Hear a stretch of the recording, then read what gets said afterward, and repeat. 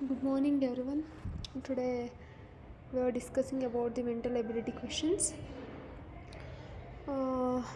ಇದುವರೆಗೂ ನಾವು ಕರ್ನಾಟಕ ಇತಿಹಾಸ, ಭಾರತೀಯ ಇತಿಹಾಸ ಇದನ್ನೆಲ್ಲ ಬಿಡಿಸಿದ್ವಿ. ಇವತ್ತು ಆದಷ್ಟು ಮೆಂಟಲ್ ಎಬಿಲಿಟಿ ಕ್ವಶನ್ಸ್ನ ಬಿಡ್ಸೋಕ್ಕೆ ಟ್ರೈ ಮಾಡೋಣ. ನಾನು ಇವತ್ತೊಂದು 10 ಕ್ವಶನ್ಸ್ ಮಾಡೋಣ ಅಂತ ಅಂದ್ಕೊಂಡಿದ್ದೀನಿ. ನೋಡೋಣ. ಇವಾಗ ಫಸ್ಟ್ ಕ್ವಶನಿಗೆ ಬಂದರೆ, ನಿಮ್ಮ ಬಳಿ 7.5 ಮತ್ತು 3.25 ಅಡಿ ಉದ್ದದ 2 ಕೋಲುಗಳಿವೆ. ನೀವು ಅಳೆಯಬಹುದಾದ ಕನಿಷ್ಠ ಉದ್ದ ಎಷ್ಟು ಅಂತ ಕೇಳಿದ್ದಾರೆ. ಆಪ್ಷನ್ಸ್ ಕೊಟ್ಟಿದ್ದಾರೆ. 1 ಅಡಿ, ನೆಕ್ಸ್ಟು 0.05, 0.25, ಆಮೇಲೆ 3.25 ಅಂತ ಕೊಟ್ಟಿದ್ದಾರೆ. ನೀಟಾಗಿ ಅರ್ಥ ಮಾಡ್ಕೊಳ್ಳಿ ಇಲ್ಲಿ ಕ್ವಶನ್ನ. ಇವಾಗ ನಾವು ಇದು 7.5ನ ನಾವು 75 ಡಿವೈಡೆಡ್ ಬೈ 10 ಅಂತ ಬರ್ಕೋಬೋದಾ? ಓಕೆ. ಅದೇ ರೀತಿ ಇನ್ನೊಂದು ಯಾವುದು ಕೊಟ್ಟಿದ್ದಾರೆ, 3.25ನ 325 ಡಿವೈಡೆಡ್ ಬೈ 100 ಅಂತ ಬರ್ಕೋಬೋದಾ? ಹಂಗೆ ಇವೆರಡನ್ನ ಡಿವೈಡ್ ಮಾಡಿದರೆ ನಮಗೆ ಎಷ್ಟು ಬರುತ್ತೆ? 7 ಇದು 10 ಇದು 2 5s 15s ಅಲ್ವಾ? ನೆಕ್ಸ್ಟ್ ಇಲ್ಲಿ ಇದನ್ನು ಡಿವೈಡ್ ಮಾಡಿದರೆ ನಮಗೆ 13 ಮತ್ತು 4. ಓಕೆ. ಈಗ ಇದನ್ನು ಬರ್ಕೊಳ್ಳೋಣ. ಇಲ್ಲಿ ಎಷ್ಟು? 15/2 ಡಿವೈಡೆಡ್ ಬೈ 2 ಆಯಿತಾ? ನೆಕ್ಸ್ಟು 13/4 ಇಷ್ಟು ಬಂದಿದೆ ನಮಗೆ. ಈಗ ಇದರಲ್ಲಿ ನಾವು LCM ಮತ್ತು HCF ನೋಡಬೇಕು. ಇವಾಗ ಮೇಲ್ಗಡೆ ಇದ್ರದ್ದು ಏನು ನೋಡಬೇಕು? HCF. ಸಾರಿ, ಇಲ್ಲಿ ಬರಿತೀನಿ. ಇದ್ರದ್ದು ಮೇಲ್ಗಡೆ ಇರೋದು HCF ಕಂಡುಹಿಡಿಬೇಕು, ಕೆಳಗಡೆ ಇದ್ರದ್ದು LCM ಕಂಡುಹಿಡಿಬೇಕು. ಸೊ ಇವಾಗ ಮೇಲ್ಗಡೆದ್ದು HCF ನೋಡೋದಾದರೆ ನಮಗೆ 15 ಮತ್ತು 13ಅಲ್ಲಿ 1 ಬರುತ್ತೆ. ಸಾರಿ, HCF 1 ಬಂತು. ನೆಕ್ಸ್ಟ್ ಇವಾಗ ಕೆಳಗಡೆದು 2 ಮತ್ತು 4ಅಲ್ಲಿ ನಮಗೆ LCM ನೋಡೋದಾದರೆ 4 ಬಂತು. So 1 divided by 4 is the answer for this. Okay. 1/4 ಅಂತಂದರೆ ಆನ್ಸರ್ ಏನು ಬಂತು? 0.25 is the answer for this first one question. Okay.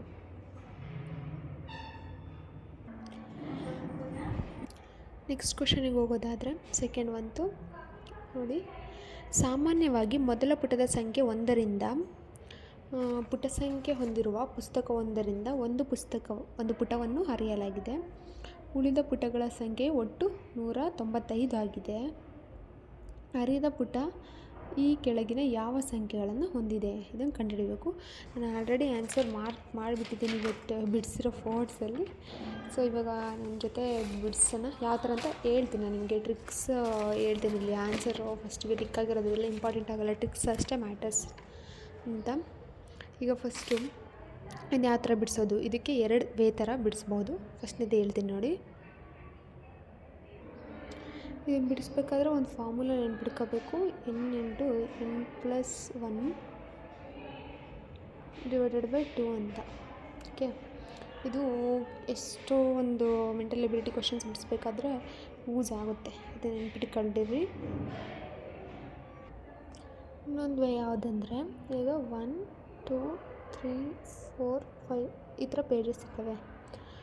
5 ಇದು ಟೋಟಲ್ ಮಾಡಿದರೆ ನಮಗೆ 5 + 4 9 9 12 12 14 15 ಬರುತ್ತಾ? ನೆಕ್ಸ್ಟು ಇದಲ್ಲದೆ ನಾನು ಆಗಲೇ ಹೇಳಿದ ಥರ n × n+1 ಆ ಥರ ಮಾಡಿದರೆ 5 n+1 ಅಂದರೆ 6 ಡಿವೈಡೆಡ್ ಬೈ 2ನ ವಿಚ್ ಈಸ್ ಈಕ್ವಲ್ಸ್ ಟು 30/2. 30/2 ಅಂದರೆ 15. ಅಗೇನ್ 2 ಮೆಥಡಿಂದ ನಾವು 15 ಕಂಡ್ಕೋಬೋದು. ಇವಾಗ ನಾನು ನಿಮಗೆ ಇನ್ನೂ ಸಿಂಪ್ಲೆಸ್ಟ್ ವೇಲಿ ಎಕ್ಸ್ಪ್ಲೇನ್ ಮಾಡ್ತೀನಿ ಹೌ ಇಟ್ ಕಮ್ಸ್ ಅಂತ. ಇವಾಗ ನಾವು ಇದೇ ಥರ ನಾನು ಆಗಲೇ ಹೇಳಿದ ರೀತಿ ಯಾವುದು n × n+1 ಡಿವೈಡೆಡ್ ಬೈ 2 ಈ ಫಾರ್ಮುಲಾ ಥರ ನೋಡೋದಾದರೆ, ಇವಾಗ ನಾವು ಫಾರ್ ಎಕ್ಸಾಂಪಲ್ 20 ತಗೊತೀನಿ ನಾನು. 20 × 21 ಡಿವೈಡೆಡ್ ಬೈ 2. 2 1 2 10 10 ಇಂಟು 21 ಅಂದರೆ 210. ಓಕೆ, ಇದು ಇಲ್ಲಿ ಎಷ್ಟು ಪೇಜಸ್ ಕೊಟ್ಟಿದ್ದಾರೆ ನಮಗೆ? 195 ಕೊಟ್ಟಿದ್ದಾರೆ, ರೈಟ್. 195 ಪೇಜಸ್ ಕೊಟ್ಟಿದ್ದಾರೆ. 195, ಬಟ್ ಇಲ್ಲಿ 210 ಇದು ಜಾಸ್ತಿ ಆಗುತ್ತೆ. ಎಸ್, ಇದು ಒಂದು ಆಪ್ಷನ್ ಇಟ್ಕೊಂಡಿರೋ. ನಾನು ಯಾಕೆ 20ನೇ ತಗೊಂಡೆ? ಬೇರೆದು ಇವಾಗ ತೊಗೋಬೋದು. ಫಾರ್ ಎಕ್ಸಾಂಪಲ್ ಬೇರೆ ತಗೊಳ್ತೀವಿ ನಾವು ಇವಾಗ. ಯಾವುದು 19 ತಗೊಳ್ಳೋಣ ಇವಾಗ. 19 ಇಂಟು 20 ಡಿವೈಡೆಡ್ ಬೈ 2 2 1 2 10 190 ಬರುತ್ತೆ. ಇವಾಗ ನಾವು ಒಂದು ಪೇಜ್ ಹರಿತಿದ್ದೀವಿ ಇದರಲ್ಲಿ, ರೈಟ್. ಆನ್ಸರ್ ಅದು ಕ್ವಶನಲ್ಲಿ ಕೊಟ್ಟಿರೋ ಥರ 195 ಇಲ್ಲಿ ಒಂದು ಪೇಜ್ ಅರ್ಧಮೇಲೆ 195 ಪೇಜ್ ಆಗಿದೆ ಅಂತ ಹೇಳ್ತಿದ್ದಾರೆ. ಒಂದು ಪೇಜ್ ಅರ್ಧಮೇಲೆ 195 ಅಂದರೆ ಆ ಪೇಜು ಸೇರಿಸಿದ್ರೆ ನಮಗೆ 185 ಪ್ಲಸ್ ಆಗುತ್ತೆ ಅಲ್ವಾ. 185 ಪ್ಲಸ್ ಅಂದರೆ ನಾವಿವಾಗ ಇಲ್ಲಿ 20 ಇಂಟು 21 ಡಿವೈಡೆಡ್ ಬೈ 2 ತೊಗೊಂಡಿದ್ವಲ್ಲ, ಅಂದರೆ 210 ತೊಗೋಬೇಕು. ಇವಾಗ ಇದ್ರದ್ದು ಡಿಫ್ರೆನ್ಸ್ ನೋಡಿದ್ರೆ ನಮಗೆ 15 ಬರುತ್ತೆ, ರೈಟ್. 15 ಬಂದಾಗ ನಾವಿವಾಗ ಇಲ್ಲಿ ಕೊಟ್ಟಿರೋ ಆಪ್ಷನ್ಸ್ ನೋಡೋಣ. 5 + 6 ಎಷ್ಟಾಗುತ್ತೆ? 11 ಆಗುತ್ತೆ, ರೈಟ್. ನೆಕ್ಸ್ಟ್ 7 + 8 15 ಆಗುತ್ತೆ. ಸೊ ಆನ್ಸರ್ ಇದಾಗಿರುತ್ತೆ. ಈಗ 9 + 10 ಮಾಡಿದ್ರೆ 19, ಆಯಿತಾ. ಆಮೇಲೆ ಈ ಥರ ಬರುತ್ತೆ. ಸೊ ಆಪ್ಷನ್ ಸೆಕೆಂಡಲ್ಲಿ ನಮಗೆ 2 ಆ್ಯಡ್ ಮಾಡಿದಾಗ 15 ಬರೋದ್ರಿಂದ the answer for this question is 7,8 ಆಗಿರುತ್ತೆ. ಅದೇ ಥರ ಈಗ ಥರ್ಡ್ ಕ್ವೆಶನಿಗೆ ಹೋಗೋಣ. That is 2020. ಓಕೆ, 2020 ಗಣರಾಜ್ಯೋತ್ಸವ ಭಾನುವಾರದಂದು ಆಚರಿಸಲಾಗುತ್ತದೆ. ಮತ್ತು ಈ ಕೆಳಗಿನ ಯಾವ ವರ್ಷದಲ್ಲಿ ಭಾನುವಾರದಂದು ಗಣರಾಜ್ಯೋತ್ಸವನ ಆಚರಿಸಲಾಗುತ್ತದೆ ಅಂತ ಕೇಳಿದ್ದಾರೆ. ಇದಕ್ಕೆ ಯಾವ ಥರ ಸಾಲ್ವ್ ಮಾಡೋದು ಅಂದರೆ, ಇವಾಗ 2020ಯಲ್ಲಿ ಭಾನುವಾರ ಇತ್ತು, ಯಾವುದು 26 ಭಾನುವಾರ ಇತ್ತು ಅಂದರೆ 2021ನಲ್ಲಿ ಏನಾಗುತ್ತೆ? ಆಗ ನಾವು +2 ಮಾಡಬೇಕು. ವೈ? ಬಿಕಾಸ್ ಆಗ ಲೀಪ್ ಇಯರ್ ಇರುತ್ತಲ್ಲ. ಭಾನುವಾರಕ್ಕೆ 2 ಆ್ಯಡ್ ಮಾಡಿದ್ರೆ ನಮಗೆ ಭಾನುವಾರ, ಸೋಮವಾರ, ಮಂಗಳವಾರ ಬರುತ್ತೆ, ರೈಟ್. ನೆಕ್ಸ್ಟ್ 2021 ಆಯಿತಾ. 22 ನೋಡೋಣ, ಬುಧವಾರ. 23 ನೋಡೋಣ, 23ಗೆ ಗುರುವಾರ ಬರುತ್ತೆ.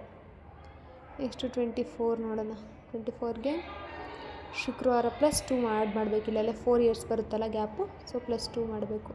ನಮಗೆ 25ಗೆ ಭಾನುವಾರ ಬರುತ್ತೆ. So answer for this is 2025.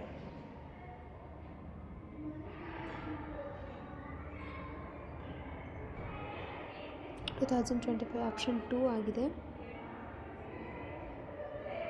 2025 ಬರುತ್ತೆ. ಈಗ ನೆಕ್ಸ್ಟು ಫೋರ್ತ್ ಕ್ವೆಶನ್ಗೆ ಹೋಗೋಣ. ಆನ್ಸರ್ ಅರ್ಥ ಆಯಿತು ಅಂದ್ಕೊತೀನಿ. ಲೀಪ್ ಇಯರ್ ಬರೋದ್ರಿಂದ ಎವ್ರಿ 4 ಇಯರ್ಸ್ಗೆ ನಾವು ಅಲ್ಲಿ +2 ಆ್ಯಡ್ ಮಾಡಬೇಕಾಗುತ್ತೆ. It is very simple. Okay, ಇದೇ ಥರ ಕ್ವಶನ್ಸ್ ಆಲ್ಮೋಸ್ಟ್ ರಿಪೀಟ್ ಆಗಿರೋದು ಮೆಂಟಲ್ ಎಬಿಲಿಟಿನಲ್ಲಿ. ಎಲ್ಲದರಲ್ಲೂ ನೋಡಿ ಈ ಥರದವು ಬಂದಿರ್ತವೆ. ಸೊ ಹೇಳೋ ಟ್ರಿಕ್ಸು ಮತ್ತು ಏನು ಕಾನ್ಸೆಪ್ಟ್ ಅದನ್ನ ಅರ್ಥ ಮಾಡ್ಕೊಳ್ರಿ. ನೆಕ್ಸ್ಟ್ ನೀವೇ ಬಿಡಿಸ್ತಾ ಹೋಗ್ಬೋದು. ಷೇರಿನ ಮೌಲ್ಯವು ಸತತ 2 ದಿನಗಳವರೆಗೆ ಪ್ರತಿದಿನ 10ರಷ್ಟು ಹೆಚ್ಚಾಗುತ್ತದೆ ಮತ್ತು ಮುಂದಿನ ಸತತ 2 ದಿನಗಳ ವರೆಗೆ ಪ್ರತಿದಿನ 10% ಎಷ್ಟು ಕುಸಿಯುತ್ತದೆ. ನಂತರ 4 ದಿನಗಳ ಅಂತ್ಯದ ವೇಳೆಗೆ ಷೇರು ಮೌಲ್ಯದ ಲಾಭ ನಷ್ಟದ ಶೇಕಡಾವಾರು ಎಷ್ಟಾಗಿರುತ್ತದೆ? ಇವಾಗ ನಾವು ಎಷ್ಟು 2 ಡೇಸು ಮತ್ತು ಮುಂದಿನ ಸತತ 2 ಡೇಸ್ ಅಂದರೆ 4 ಡೇಸ್ ತಗೋಬೇಕು ನಾವಿಲ್ಲಿ, ರೈಟ್. ಇವಾಗ 4 ಡೇಸ್ ತಗೋಬೇಕು. ಫಸ್ಟ್ ಡೇ ಏನಾಗುತ್ತೆ, ಸೆಕೆಂಡ್ ಡೇ ಏನಾಗುತ್ತೆ, ಥರ್ಡ್ ಮತ್ತು ಫೋರ್ತ್ ಏನಾಗುತ್ತೆ, ರೈಟ್. ಈಗ ಫಸ್ಟ್ ಡೇ ನಾನು ಫಾರ್ ಎಕ್ಸಾಂಪಲ್ 100 ತಗೊಂಡೆ ಅಂದರೆ ಇದ್ರ 10% ಮೀನ್ಸ್ 10% ಇನ್ಕ್ರೀಸ್ ಆಗುತ್ತಲ್ವಾ. 10% ಇನ್ಕ್ರೀಸ್ ಆಗೋದ್ರಿಂದ 100ನ 10% ನಮಗೆ ಎಷ್ಟಾಗುತ್ತೆ? 10 ಆಗಿರುತ್ತೆ. But it doesn't matters. Why? Because ನಮಗೆ ಕೇಳಿರೋ ಕ್ವಶನ್ ಪ್ರಕಾರ ನಾವು ಇವಾಗ ನೆಕ್ಸ್ಟ್ ಸೆಕೆಂಡ್ ಡೇ 110. ಈಗ 100ರಲ್ಲಿ 10% ಅಂದರೆ 10 ಬರುತ್ತೆ. ಇದಕ್ಕೆ 100ಗೆ ನೆಕ್ಸ್ಟು ನೀವು 10 ಆ್ಯಡ್ ಮಾಡಿದರೆ 110 ಅಲ್ವಾ, 110. ಇದ್ರದ್ದು 10% ಅಂತಂದರೆ 11 ಬರುತ್ತೆ. ನೆಕ್ಸ್ಟು ನೀವು 11 ಆ್ಯಡ್ ಮಾಡಿದರೆ 121 ಬರುತ್ತೆ, ರೈಟ್. ಆ ಥರ ಇದು +10.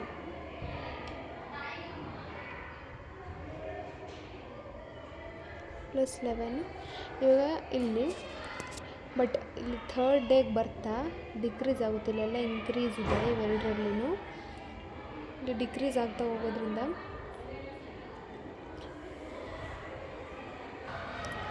121ನಲ್ಲಿ 10% ಅಂದರೆ 12 ಬರುತ್ತಲ್ವ.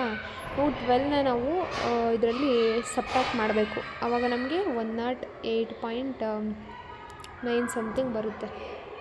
ಇಲ್ಲಿ ಡಿಕ್ರೀಸ್ ಆಗ್ತಿರೋದ್ರಿಂದ 121ನಲ್ಲಿ 10% 12 ಬರುತ್ತೆ. 12ನ ನಾವು ಸಬ್ಟ್ರಾಕ್ಟ್ ಮಾಡಿದಾಗ 108.9 ಬರುತ್ತೆ. ನೆಕ್ಸ್ಟು ಈ 108.9ಅಲ್ಲಿ ಇವಾಗ 1089 ರೈಟ್. ಇದರಲ್ಲಿ ಮತ್ತೆ ನಾವು 10% ಡಿಕ್ರೀಸ್ ಮಾಡಿದ್ರೆ ನಮಗೆ ಎಷ್ಟು ಬರುತ್ತೆ? 98.01 ಬರುತ್ತೆ ರೈಟ್. ಸೊ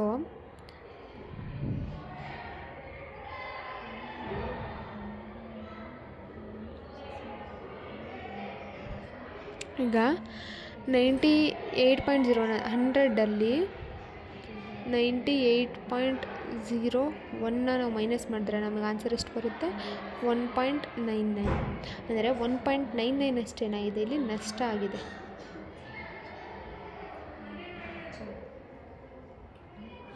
ಆನ್ಸರ್ ಇದಕ್ಕೆ ನಷ್ಟ 1.99, ಆಪ್ಷನ್ 2 ಆಗಿರುತ್ತೆ. ಎಲ್ಲಿದೆ? ಇದೆ. ಓಕೆ,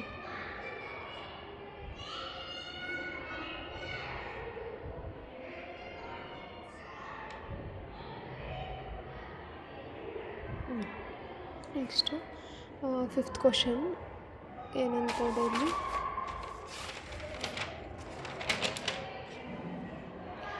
ಇದು ಆ ಮಂದಿ ಆಗಿದೆ, 6 ಮಂದಿ. ಅದು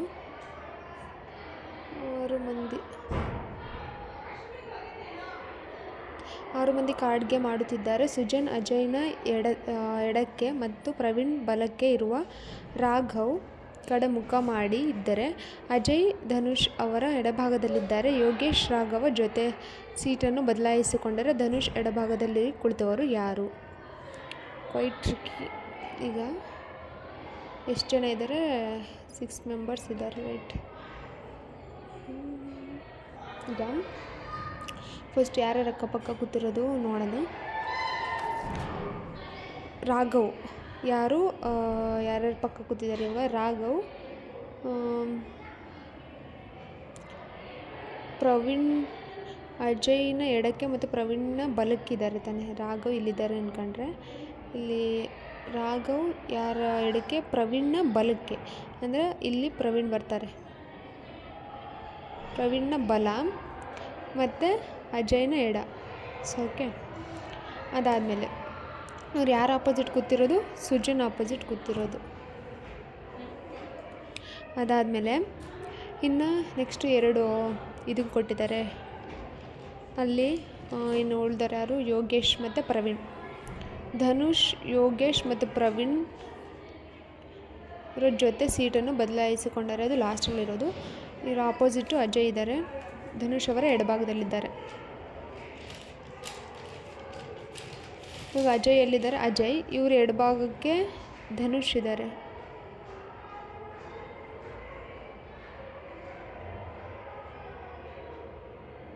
ನಿಮಿಷ. ಈಗ ನೆಕ್ಸ್ಟು ಹಂಗೆ ನೋಡ್ಕೊತ ಹೋದರೆ ಅಜಯ್ ಧನುಷ್ ಅವರ ಎಡಭಾಗದಲ್ಲಿದ್ದಾರೆ. ಅಜಯ್ ಇಲ್ಲಿ ಧನುಷ್ ಇದ್ದಾರೆ ಅಂದರೆ ಅವರು ಲೆಫ್ಟ್ ಸೈಡ್ ಇದ್ದಾರಲ್ಲ, ಲೆಫ್ಟ್ ಸೈಡ್ಗೆ ಅಜಯ್ ಇದ್ದರೆ, ನೆಕ್ಸ್ಟು ಇನ್ನು ಯಾರು? ಯೋಗೇಶ್ ಪ್ರವೀಣ್ ಅವರ ಎಡಕ್ಕಿದ್ದಾರೆ. ಯೋಗೇಶ್ ಪ್ರವೀಣ್. ಈಗ ಎಲ್ಲ ಸೀಟು ಮುಗೀತು. ಈಗ ಅವರು ಇದನ್ನು ಇನ್ನೂ ಕ್ವಶನಲ್ಲಿ ಏನು ಕೊಟ್ಟಿದ್ದಾರೆ ಅಂದರೆ, ಧನುಷ್, ಯೋಗೇಶ್ ಮತ್ತು ಪ್ರವೀಣು ಸೀಟನ್ನ ಎಕ್ಸ್ಚೇಂಜ್ ಮಾಡ್ಕೊತಾರೆ ಅಂತ. ಯಾರು? ಧನುಷ್ ಪ್ರವೀಣ್ ಪ್ಲೇಸಿಗೆ ಬಂದು,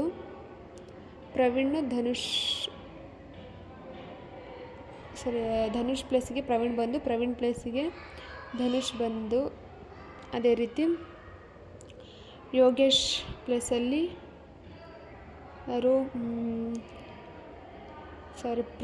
ಇಲ್ಲಿ ನೀಟಾಗಿ ನೋಡೋಣ ಆನ್ಸರು. ಇಲ್ಲಿ ಕ್ವಶನ್ ಏನು ಕೊಟ್ಟಿದ್ದಾರೆ, ಧನುಷ್ ಮತ್ತು ಯೋಗೇಶು ಪ್ರವೀಣ್ ಮತ್ತು ರಾಘವ್ ಜೊತೆ ಸೀಟ್ ಎಕ್ಸ್ಚೇಂಜ್ ಮಾಡ್ಕೊತಾರೆ ಅಂತ ತಾನೇ. ಈಗ ಧನುಷು ಯೋಗೇಶ್ ಪ್ಲೇಸಲ್ಲಲ್ವಾ, ಯೋಗೇಶ್ ಪ್ಲೇಸಲ್ಲಿ ಧನುಷ್ ಬರೆಯೋಣ. ಆಮೇಲೆ ಪ್ರವೀಣ್ ಹತ್ರ ರಾಘವ. ಇವಾಗ ಧನುಷ್ ಹತ್ರ ಯಾರು ಬರಬೇಕು, ಯೋಗೇಶ್ ಬರಬೇಕು. ನೆಕ್ಸ್ಟು ಇನ್ನೊಬ್ರು ಯಾರು, ಅದು ಇಲ್ಲಿ ರಾಘವ ಹತ್ರ ಪ್ರವೀಣ್ ಬರಬೇಕು. ಸೊ ಈಗ ನಾವು ಮಾಡಿಫೈ ಮಾಡಿರೋಂಥ ಈ ಕ್ವಶನಲ್ಲಿ ಪ್ಲೇಸ್ ಎಕ್ಸ್ಚೇಂಜ್ ಆದಮೇಲೆ ಕೊಟ್ಟಿರೋ ಕ್ವಶನ್ ನೋಡ್ರಿ, ಇಲ್ಲಿ ರಾಘವ್ ಜೊತೆ ಸೀಟನ್ನು ಬದಲಾಯಿಸಿಕೊಂಡರೆ ಧನುಷ್ ಎಡಭಾಗದಲ್ಲಿ ಕುಳಿತಿರೋರು ಯಾರು? ಧನುಷ್ ಎಡಕ್ಕೆ. ಈಗ ಧನುಷ್ ಯಾರು? ಇವರಲ್ವಾ, ಇವ್ರು ಎಡಕ್ಕೆ ಯಾರಿದ್ದಾರೆ ಇವಾಗ? ಸುಜಯ್ ಇದ್ದಾರೆ, right. Option for this question is Sujay.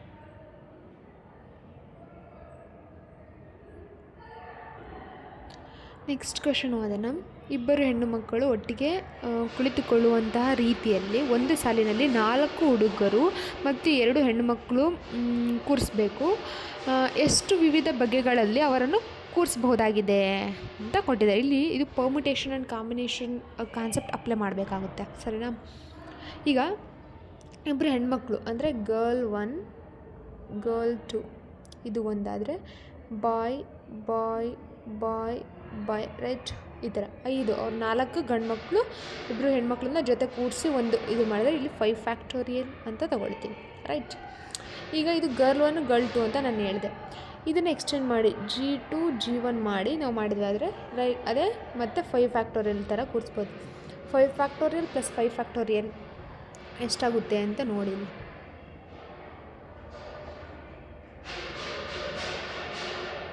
5 factorial ಅಂದರೆ ಅಲ್ಲಿ 5 into 4 into 2 into 3 into 2 into 1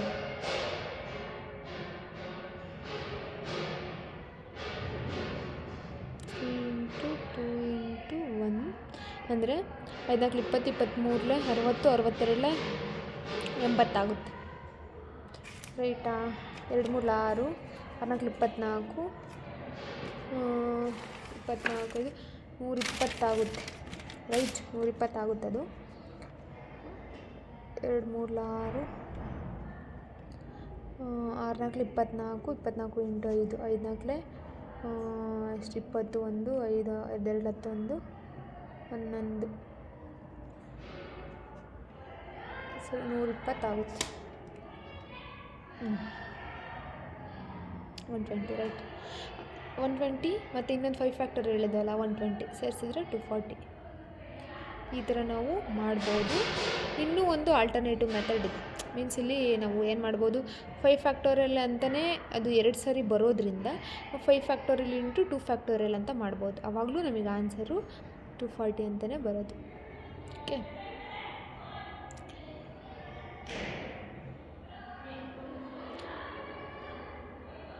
ಈಗ ನೆಕ್ಸ್ಟ್ ಕ್ವಶನಿಗೆ ಹೋಗೋದಾದರೆ 8th ಕ್ವಶನು. ಒಂದು ಟ್ರಾಫಿಕ್ ಲೈಟ್ ಒಂದು ಚಕ್ರವನ್ನು ಪೂರ್ಣಗೊಳಿಸಲು 60 ಸೆಕೆಂಡ್ಗಳನ್ನು ತೆಗೆದುಕೊಳ್ಳುತ್ತದೆ. ಪ್ರತಿಯೊಂದು ಚಕ್ರದಲ್ಲಿ ಹಸಿರು ಬೆಳಕು 25 ಸೆಕೆಂಡ್ಗಳ ಕಾಲ, ಹಾಗೆ 5 ಸೆಕೆಂಡ್ಗಳ ಕಾಲ ಹಳದಿ, 30 ಸೆಕೆಂಡ್ಗಳ ಕಾಲ ಕೆಂಪು ಬೆಳಕಿರುತ್ತದೆ.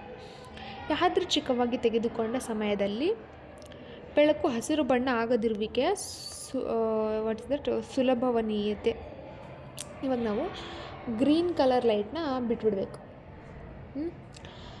ಈಗ ಟೋಟಲ್ ಎಷ್ಟು 60 ಸೆಕೆಂಡ್ ಅಲ್ವಾ? 60 ಸೆಕೆಂಡಲ್ಲಿ ನಾವು ಗ್ರೀನ್ನ ಬಿಟ್ಬಿಟ್ರೆ ನಮಗೆ ಇವಾಗ ಇದು ಹಳದಿ ಎಷ್ಟು 5 ಸೆಕೆಂಡ್ಸ್, ರೈಟ್.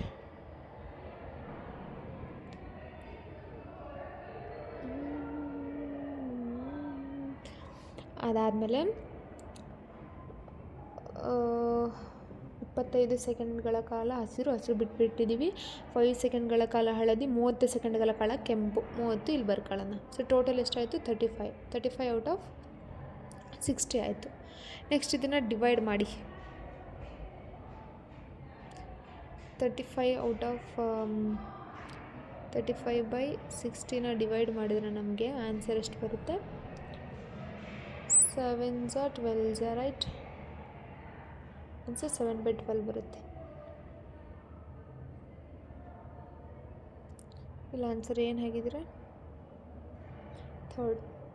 ನಾನು ಫಾಸ್ಟಾಗಿ ಹೇಳ್ತಿರ್ಬೋದು, ಆದರೆ ನೀವು ವೀಡಿಯೋನ ಪಾಸ್ ಮಾಡ್ಕೊಂಡು ಒಂದು ಸಲ ನೀಟಾಗಿ ಕ್ವಶನ್ನ ಕೇಳಿಸ್ಕೊಂಡು ನೋಡ್ಕೊಂಡು ನೀಟಾಗಿ ಅದನ್ನ ಅರ್ಥ ಮಾಡ್ಕೊಳ್ರಿ. ಫಸ್ಟ್ ಕ್ವಶನ್ ಅರ್ಥ ಮಾಡ್ಕೊಳ್ರಿ. ನೀವೇ ಓನಾಗಿ ಸಾಲ್ವ್ ಮಾಡೋಕ್ಕೆ ಹೋಗಿ. ನಾನು ಏನು ಮಾಡ್ತಿರ್ತೀನೋ ನನ್ನ ಜೊತೆ ಸಾಲ್ವ್ ಮಾಡ್ತಾ ಹೋಗ್ರಿ, ನಿಮಗೊಂದು ಐಡಿಯಾ ಬರುತ್ತೆ. ಆಮೇಲೆ ಇವಾಗ 9th ಕ್ವಶನ್ ಬರೋಣ. ಇದು ತುಂಬ ಈಸಿ ಮತ್ತು ಇದು ತುಂಬ ಸಲ ಕೇಳಿರೋ ಅಂತ, ಅಂದರೆ ಇದೇ ಕ್ವಶನ್ ಅಂತಲ್ಲ, ಈ ಥರದ ಕ್ವಶನ್ಸ್ ಕೇಳಿರೋದು ತುಂಬ ಈಸಿ. ನಾನು ನಿಮಗೆ ಈಸಿ ವೇಲೆ ಹೇಳ್ಕೊಡ್ತೀನಿ. ಫಸ್ಟು ಒಂದು ಸಲ ಈ ಕ್ವಶನ್ನ ಓದ್ಕೊಂಬಂದ್ಬಿಡ್ರಿ. ಏನಂತ ಇದೆ, ನೀಡಿರುವ ಹೇಳಿಕೆಗಳಿಂದ ಸೂಕ್ತವಾದ ತೀರ್ಮಾನವನ್ನು ಆಯ್ಕೆ ಮಾಡಿ. ಎಲ್ಲ ಬೆಕ್ಕುಗಳು, ನಾಯಿಗಳು ಮತ್ತು ಆನೆಗಳು ಇಲಿಗಳಾಗಿವೆ. ರೈಟ್. ಯಾವುದೇ ಆನೆ ಬೆಕ್ಕು ಅಥವಾ ನಾಯಿ ಅಲ್ಲ. ಯಾವುದೇ ಆನೆ ಏನಾಗಿದೆ, ಬೆಕ್ಕು ಅಥವಾ ನಾಯಿ ಅಲ್ಲ. ಕೆಲವು ಬೆಕ್ಕುಗಳು ನಾಯಿಗಳು. ಇವಾಗ ಇರಲಿ, ಇದು ಫಸ್ಟ್ ಹೇಳಿಕೆನ ಓದ್ಕೊಳ್ಳೋಣ, ಆಮೇಲೆ ತೀರ್ಮಾನಗಳು ನೋಡೋಣಂತೆ. ಅವ್ರು ಏನು ಹೇಳ್ತಿದ್ದಾರೆ, ಇದಕ್ಕೊಂದು ವೆನ್ ಡಯಾಗ್ರಾಮ್ ಬರೆಯೋಣ ನಾವು. ಎಲ್ಲ ಬೆಕ್ಕುಗಳು, ನಾಯಿಗಳು ಮತ್ತು ಆನೆಗಳು ಏನಾಗಿದೆ, ಇಲಿಗಳಾಗಿದೆ. ಸೊ ಇದು ಇಲಿ ಅಂತ ತಿಳ್ಕೊಳ್ಳೋಣ ನಾವು. ಇದು ಇಲಿ. ಇದರಲ್ಲಿ ಬೆಕ್ಕು, ನಾಯಿ, ಆಮೇಲೆ ಆನೆ ಇದ್ದಾವೆ. ರೈಟ್. ಇದನ್ನು ಬೆಕ್ಕಂತ ಬರೆಯೋಣ, ಇದು ನಾಯಿ, ಇದು ಆನೆ ಅಂತ ಬರೆಯೋಣ. ಅದಾದಮೇಲೆ ಕೆಲವು ಬೆಕ್ಕು, ಇದು ಸೆಕೆಂಡ್ ಸ್ಟೇಟ್ಮೆಂಟ್ ಹೇಳಿಕೆಗೆ ಬಂದರೆ, ಯಾವುದೇ ಆನೆ ಬೆಕ್ಕು ಅಥವಾ ನಾಯಿ ಅಲ್ಲ. ಆನೆ ಸಪ್ರೇಟಾಗಿ ಬರಬೇಕು, ಬೆಕ್ಕು ಅಥವಾ ನಾಯಿ ಅಲ್ಲ ಸಪ್ರೇಟಾಗಿ ಬರೆದಿದ್ದೀವಿ ಎಲ್ಲದು. ಕರೆಕ್ಟಾ? ಇವಾಗ ಕೆಲವು ಬೆಕ್ಕುಗಳು, ನಾಯಿಗಳು.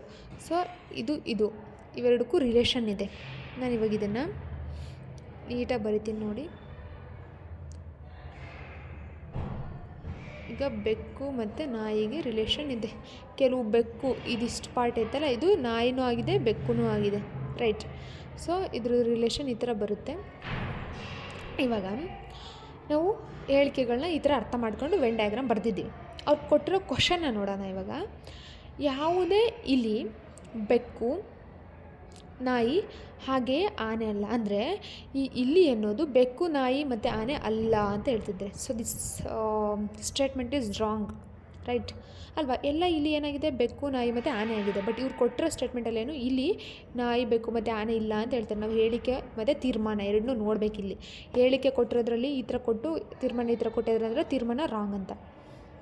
ನೆಕ್ಸ್ಟು ಕೆಲವು ಇಲಿಗಳು, ಬೆಕ್ಕುಗಳು ಹಾಗೆ ನಾಯಿಗಳು. ಕೆಲವು ಇಲಿಗಳೇನಾಗಿದ್ದಾವೆ, ಇವಾಗ ಸೆಕೆಂಡ್ ಸ್ಟೇಟ್ಮೆಂಟ್ ಏನು ಕೊಟ್ಟಿದ್ದಾರೆ, ಕೆಲವು ಇಲಿಗಳು, ಬೆಕ್ಕು ಮತ್ತು ನಾಯಿ ಆಗಿದ್ದಾವೆ ಅಂತ ಹೇಳಿದ್ದಾರೆ. ರೈಟ್. ಹೌದಲ್ಲ? ಇಲ್ಲಿ ಬೆಕ್ಕು ಮತ್ತು ನಾಯಿ ಆಗಿದೆ. ಸೊ ಫಸ್ಟ್ ಸ್ಟೇಟ್ಮೆಂಟ್ ರಾಂಗ್ ಆಗಿರುತ್ತೆ, ಸೆಕೆಂಡ್ ಸ್ಟೇಟ್ಮೆಂಟ್ ರೈಟ್ ಆಗಿರುತ್ತೆ. ಇಲ್ಲಿ ಆಪ್ಷನ್ಸ್ ಬರೀಬೇಕು. ಈ ಕ್ವಶನ್ಸ್ ಕೇಳ್ತಾರೆ ಏನಂತ, statement 1 is right, statement 2 is right, both statement right, both statement wrong ಅಂತ. ಸೊ ಆನ್ಸರ್ ಏನಂದರೆ ಸೆಕೆಂಡ್ ಸ್ಟೇಟ್ಮೆಂಟ್ ಈಸ್ ರೈಟ್ ಅಂತ ಕೊಟ್ಟಿರ್ತಾರಲ್ಲ, ಅದು ರೈಟ್ ಇರುತ್ತೆ. ಬಟ್ ನಾನು ಇಲ್ಲಿ ಕಂಪ್ಲೀಟ್ ಕ್ವಶನ್ ಬರೆದಿಲ್ಲ, ಅರ್ಥ ಆಗುತ್ತೆ ಅಂದ್ಕೊಂಡು ಸುಮ್ಮನಾಗಿದ್ದೀನಿ. ಇದು ನಿಮಗೆ ಕಾನ್ಸೆಪ್ಟ್ ಅರ್ಥ ಮಾಡ್ಕೊಳ್ರಿ ಸಾಕು. ಯಾವ ಥರ ಕ್ವಶನ್ ನೋಡಿಕೊಂಡು ಯಾವ ಥರ ನಾವು ವೆನ್ ಡಯಾಗ್ರಾಮ್ ಹಾಕ್ಕೋಬೇಕು ಅಂತ ಸ್ವಲ್ಪ ನಿಮಗೂ ಐಡಿಯಾ ಸಿಕ್ಕರೆ ನೀವು ಕಂಪ್ಲೀಟಾಗಿ ಅರ್ಥ ಮಾಡ್ಕೊತೀರ. ನೆಕ್ಸ್ಟ್ ಇವಾಗ 10th ಕ್ವಶನಿಗೆ ಬರೋಣ. ಎ, ಬಿ, ಸಿ, ಡಿ ಮತ್ತು ಇ ಇದ್ದಾರೆ. ರೈಟ್. ಸಿಯು ಎಗಿಂತ ಎತ್ತರವಾಗಿದ್ದಾನೆ, ಆದರೆ ಡಿಗಿಂತ ಕುಳ್ಳಗಿದ್ದಾನೆ. ಈಗ ಹೈಟ್ ಇರೋದು ಯಾರು, ಇವ್ರು ಕೊಟ್ಟರೋ ಫಸ್ಟ್ ಸ್ಟೇಟ್ಮೆಂಟಲ್ಲಿ ಡಿ ಹೈಟ್ ಇದ್ದಾರೆ, ಆಮೇಲೆ ಸಿ ಬರ್ತಾರೆ, ಆಮೇಲೆ ಎ ಅಲ್ವಾ. ನೋಡ್ರಿ, ಸಿ ಎಗಿಂತ ಹೈಟ್ ಇದ್ದಾರೆ, ಡಿ ಸಿಗಿಂತ ಹೈಟ್ ಇದ್ದಾರೆ ಅಂತ ಸ್ಟೇಟ್ಮೆಂಟಲ್ಲಿ ಕೊಟ್ಟಿದ್ದಾರೆ. ನಾನು ಇದನ್ನು ಹೈಟ್ ವೈಸ್ ಬರಿತೀನಿ ನಿಮಗೆ ಅರ್ಥ ಆಗಲಿ ಅಂತ. ಡಿ, ಆಮೇಲೆ ಸಿ, ಆಮೇಲೆ ಎ. ಆಯಿತಾ? ಈಗ ಸ್ಟೇಟ್ಮೆಂಟ್ ಓದ್ರಿ ಒಂದು ಸಲ ಗೊತ್ತಾಗುತ್ತೆ. ಸಿ ಎಗಿಂತ ಹೈಟ್. ರೈಟಾ? ಸಿ ಎಗಿಂತ ಹೈಟ್, ಆದರೆ ಡಿಗಿಂತ ಕುಳ್ಳ. ಆಮೇಲೆ ಎ ಯು ಬಿಗಿಂತ ಎತ್ತರ, ಎ ಬಿಗಿಂತ ಎತ್ತರ. ಸೊ ಬಿ ಇಲ್ಲಿ ಬರುತ್ತೆ. ಇ ಯು ಬಿಯ ಎತ್ತರದಷ್ಟೇ ಇದ್ದಾನೆ. ಇ ಮತ್ತು ಬಿ ಎರಡು ಸೇಮ್ ಹೈಟ್. ಅವರಲ್ಲಿ ಯಾರು ಅತ್ಯಂತ ಎತ್ತರ, ಇಷ್ಟರಲ್ಲಿ ಯಾರು ಹೈಟ್ ಜಾಸ್ತಿ ಇರೋದು ಅಂದರೆ ನೋಡೋದಾಗುತ್ತೆ ಡಿ ಅಂತ. So answer for this question is D. Okay. ಈ ಥರ ಕ್ವಶನ್ಸ್ ಬಿಡಿಸೋದು. ನಾನು ಬಿಡಿಸಿರೋದ್ರಲ್ಲಿ ಏನಾದರೂ ಡೌಟ್ಸ್ ಇತ್ತು ಅಥವಾ ಏನಾದರೂ ನಿಮಗೆ ಏನಾದರೂ ಅನ್ಕಂಫರ್ಟಬಲ್ ಆಯಿತು, ಏನಾದರೂ ತಪ್ಪಿತ್ತು ಅಂತ ಅನಿಸಿದರೆ ಕಮೆಂಟ್ ಮಾಡಿ. ಮತ್ತು ನನ್ನ ವೇನ ಚೇಂಜ್ ಮಾಡ್ಕೋಬೇಕು ಅಂದ್ರೂ ಮಾಡ್ಕೊತೀನಿ. ಯಾರೂ ಪರ್ಫೆಕ್ಟ್ ಅಲ್ಲ. ಸೊ ನಿಮಗೇನೇನು ಅನಿಸುತ್ತೋ ತಿಳಿಸಿ. ವಿಡಿಯೋ ಇಷ್ಟ ಆದರೆ ಲೈಕ್ ಮಾಡಿ, ಕಮೆಂಟ್ ಮಾಡಿ, ಶೇರ್ ಮಾಡಿ, ಸಬ್ಸ್ಕ್ರೈಬ್ ಆಗಿ. Thank you.